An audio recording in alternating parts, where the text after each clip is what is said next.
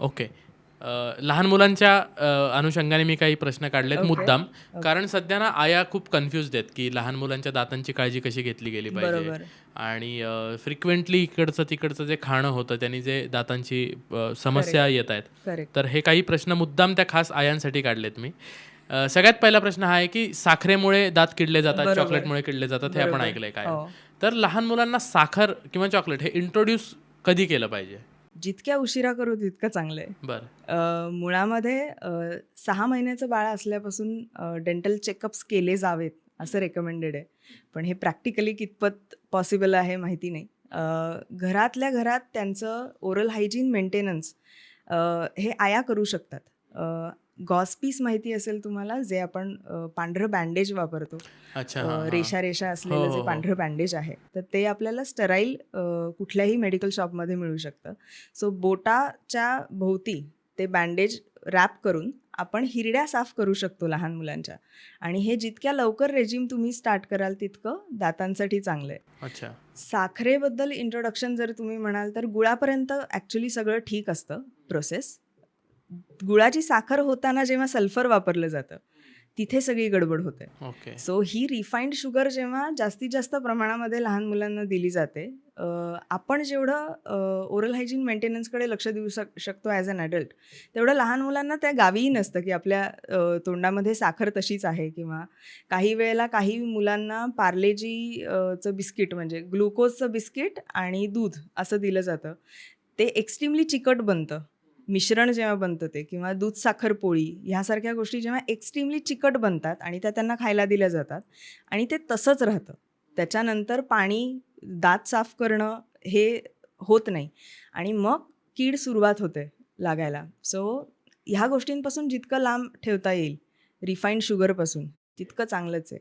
चघळून खाण्याच्या गोळ्या, लॉजेंजेस, लिमलेटच्या गोळ्या जशा असतात आपल्या, किंवा श्रीखंडाच्या गोळ्या, त्यांच्यापासून ॲडल्ट्सनी सुद्धा लांबच राहावं. जितकं जास्त तुम्ही शुगर तोंडामध्ये जास्तीत जास्त काळ चघळत ठेवाल, तितका तोंडाचा pH खाली राहतो. म्हणजे ॲसिडिक pHकडे झुकत राहतो आणि त्या acidic pH is heaven for bacteria. Correct. की त्याच्यामध्ये त्यांना भरपूर ॲक्टिव्हेशन मिळतं आणि चांगल्या पद्धतीने ती शुगर आपल्यासोबत तेही कन्झ्युम करत राहतात आणि विष्ठा म्हणून ते ॲसिड प्रोड्यूस करतात आणि त्या ॲसिडमध्ये आपलं कॅल्शियम जे असतं ते विरघळायला सुरुवात होते. अच्छा. म्हणजे हा तो ॲक्चुअली लॉजिकल आणि सायंटिफिक एक्झॅक्टली. गोष्ट आहे. अच्छा. सो हे माझ्यासाठी आत्तापर्यंत नवीन होतं. हां, म्हणजे आत्तापर्यंत जनरल कन्सेप्ट काय होती, की दाताला कीड लागते म्हणजे कुठेतरी काही क्वॅक्स असे पण मी बघितलेत, की जे दातातली कीड म्हणजे किडा काढून दाखवतात वगैरे. अच्छा. हे सुद्धा असे काही लोक बघितलेले आहेत. तर असा किडा, अळी, कीटक अशी कुठली गोष्ट नसते दातामध्ये.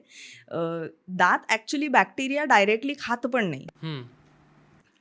दात हे ऑर्गॅनिक मटेरियल जे तयार होतं ॲसिडमध्ये विरघळल्यानंतर, जो मऊ पोर्शन उरतो मागे, त्या ऑर्गॅनिक मटेरियलवरती हे बॅक्टेरिया थ्राईव्ह होतात. अच्छा. आणि मग प्रोड्यूस करताना विष्ठा म्हणून जे वेस्ट प्रॉडक्ट ते प्रोड्यूस करतात, दॅट इज ॲसिडिक. ओह! मग त्या ॲसिडमध्ये अजून अजून अजून अजून it's like a domino domino effect, म्हणजे कॅस्केड रिॲक्शन होत जाते आणि मग अजून अजून ती कॅव्हिटी वाढत जाते. सो जे लोक अंगावर काढतात ना अशी दुखणी, त्यांनी हे फार लक्षात घ्यावं, की तुम्ही शांत बसलायत पण कीड 24 तास काम करते. ओके. तुमच्या तोंडामध्ये बॅक्टेरिया 24 तास काम करतात. बरोबर. सो तुम्ही जितकं अंगावर काढाल तितकं दुखणं, खर्च, वेळ मनस्ताप. ह्या सगळ्याच गोष्टी वाढत जाणार आहेत. ओके. दाताचं दुखणं अंगावर काढणारा एक व्यक्ती तुझ्या अगदी समोरच बसलाय. पण असो, लहान मुलांचे जे दूध दात असतात, बरोबर. तर दूध दाताची काही स्पेशल काळजी आयांनी घेतली पाहिजे? जरूर. क्लिनिंग तर खूप महत्त्वाचं आहे. पहिल्या 5 वर्षामध्ये कॅल्शियम इंटेक हा जास्तीत जास्त मुलांना प्रोव्हाइड करणं ही दुसरी चांगली गोष्ट करू शकतात. आणि एकंदर प्रत्येक वेळी म्हणजे दात साफ करण्याबाबत मुलांचा एक जरा पॉझिटिव्ह माइंडसेट तयार करणं, ही खूप क्रुशल गोष्ट आहे आजकालच्या पेरेंट्ससाठी. कारण अटेन्शन स्पॅन खूप कमी झाला आहे लहान मुलांचा. सो त्या केसमध्ये चांगल्या पद्धतीच्या चवीच्या टूथपेस्ट त्यांच्यासाठी आणणं, काही इलेक्ट्रिक ब्रशेस जे खूप चांगले व्हेरियंट्स अवेलेबल आहेत मार्केटमध्ये, तर ते वापरणं, अशा गोष्टी करून त्यांच्या ब्रशिंगकडे, ओव्हरऑल ओरल हायजीन मेंटेनन्सकडे सुरुवातीपासून जर त्यांचा एक पॉझिटिव्ह अप्रोच आपण क्रिएट करू शकलो, तर म्हणजे नथिंग लाईक इट. ओके.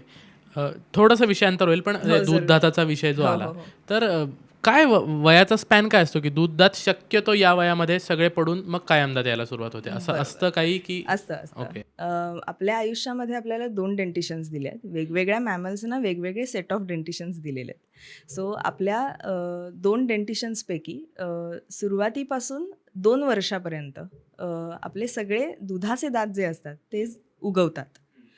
दुसऱ्या वर्षापासून 6व्या वर्षापर्यंत ही पूर्ण दुधाच्या दातांची फेज असते. दुधाचे दात 6व्या वर्षापर्यंत छान मेंटेन केले गेले तर ऑटोमॅटिकली आपले कायम दात जे असतात ते व्यवस्थित जागेवरती आणि निरोगी असे राहू शकतात.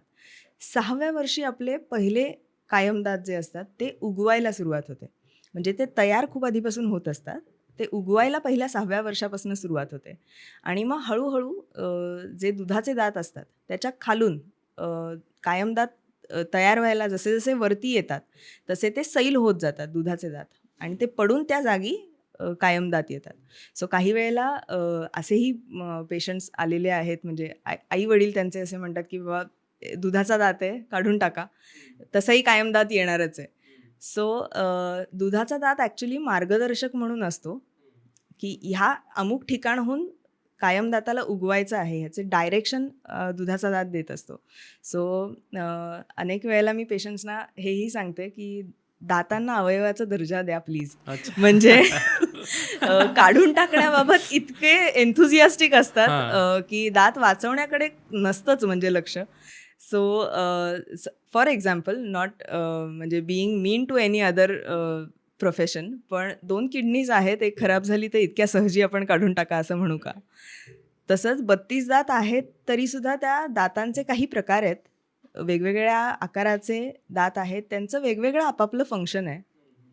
तो एक दात नसला जागेवरती की त्या दाताचं जे काम आहे ते हॅम्पर होणार आहे. अच्छा. म्हणजे समोरचे जे दात आहेत ते पट्टाशीचे दात आपण म्हणतो ते फ्लॅट आहेत, ते सुरीसारखं काम करतात. म्हणजे सफरचंदाची फोड आपण जी कट करतो ती समोरच्या दातांनी करू शकतो. करेक्ट. जर तिथे ते दात तेवढे स्ट्रॉंग नसतील तर ऑटोमॅटिकली तुम्हाला वस्तू तोडता येणार नाही आहेत. सो म्हणजे जस्ट 32 आहेत म्हणून काढून टाका हा अप्रोच आता मला वाटतं बदलावा, कारण खूप जास्त कन्झर्वेटिव्ह गोष्टी, ॲडव्हान्स प्रोसिजर्स, ॲडव्हान्स ट्रीटमेंट्स आता अवेलेबल आहेत. तर ही सोल्युशन्स अवेलेबल असताना दात काढण्याकडे भर नको देऊयात आपण. अगदीच म्हणजे जी हाताबाहेर गेलेली परिस्थिती आहे की कण्या उरल्यात दाताच्या, केवळ त्याच वेळी आपण दात काढणं रेकमेंड करतो.